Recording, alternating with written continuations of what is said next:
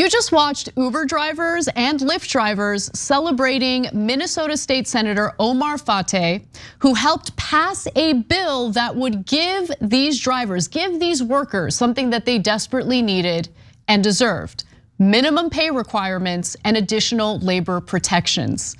So that's, believe it or not, far from the only progressive legislation the state legislature was able to pass. This story is incredible. You know, you gotta count your wins when you get them. And for progressives, those wins don't come around so often. That's not the case in Minnesota today. So I'm really, really happy to share the story with you.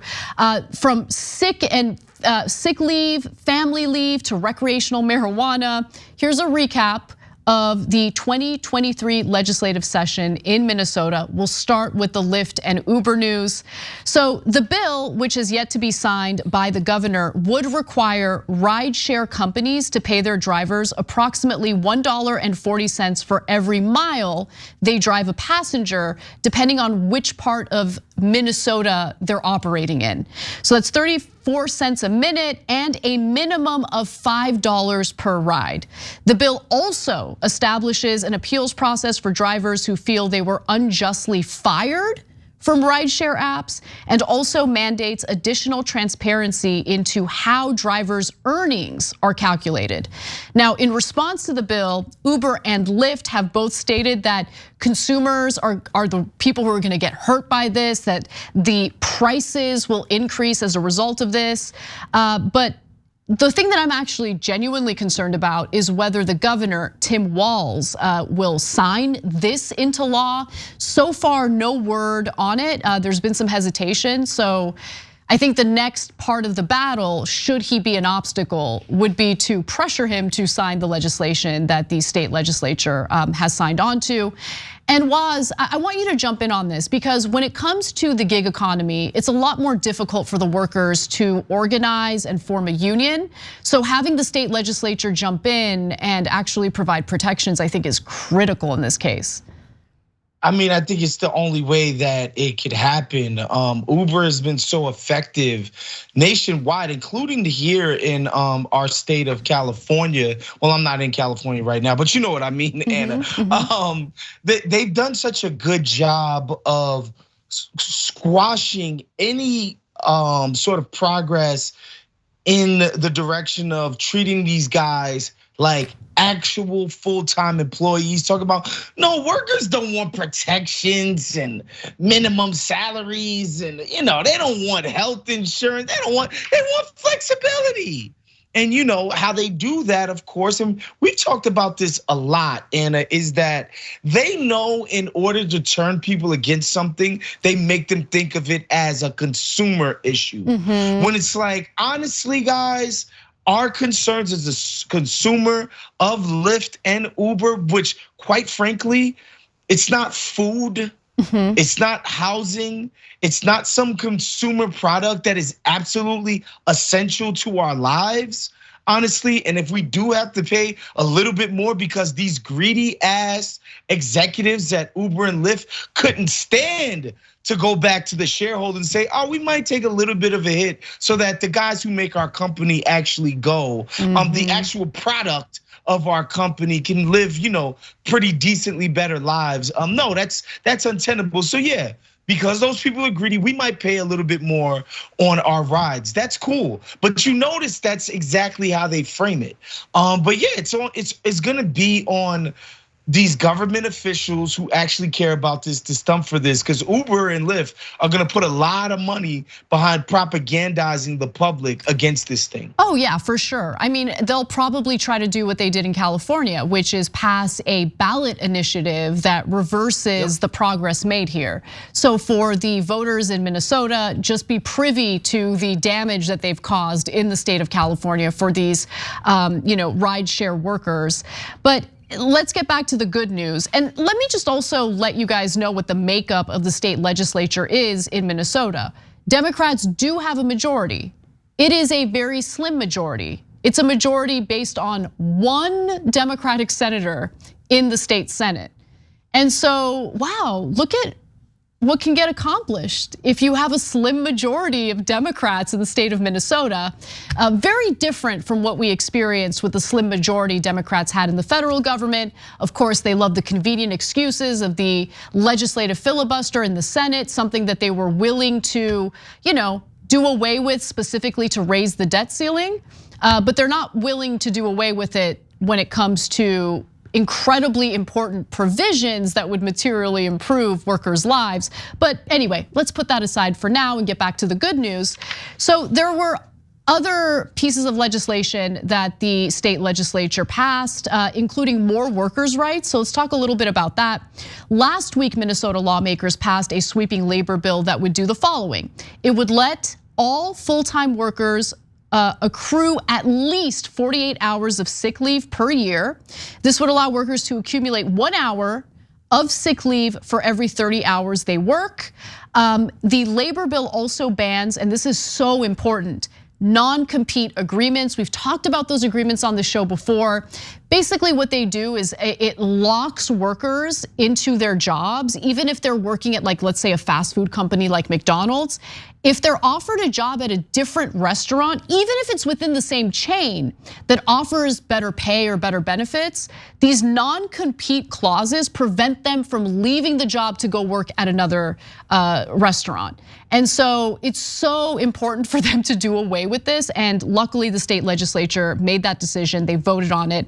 And the labor bill bans non-compete agreements along with no poach agreements and captive audience meetings.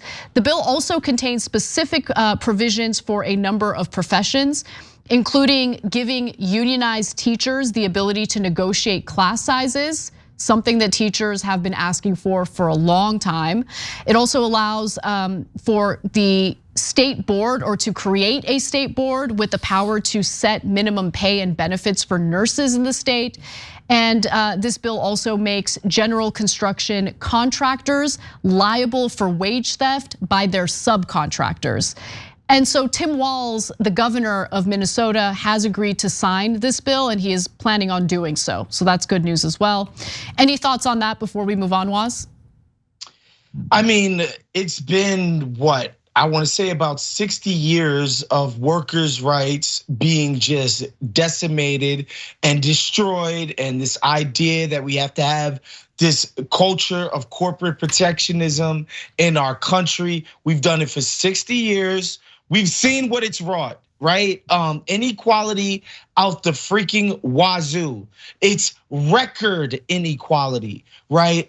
These policies, these things don't just happen in a vacuum or just happen randomly. These are policy decisions, and they have terrible effects for workers. Like we know what the deal is when the powers that be have the ability to just crush workers just out of the goodness of their hearts. They don't just say, oh, let's pay them a livable wage. Oh, come on, man, let's give them health care. Come on, let's make sure they have competitive salaries. Come on, guys, they need sick leave, they need vacation. We don't want to work these guys and gals to the bone. Of course not. We're good oligarchs. We're good caretakers. We're gonna do this on our own. Hell no, that doesn't happen. It's the opposite. So let's try something different. Yes. Let's envision a different future for the workers of this country where they're not treated like borderline slaves, damn near. Because again, this is the part that gets on my nerves.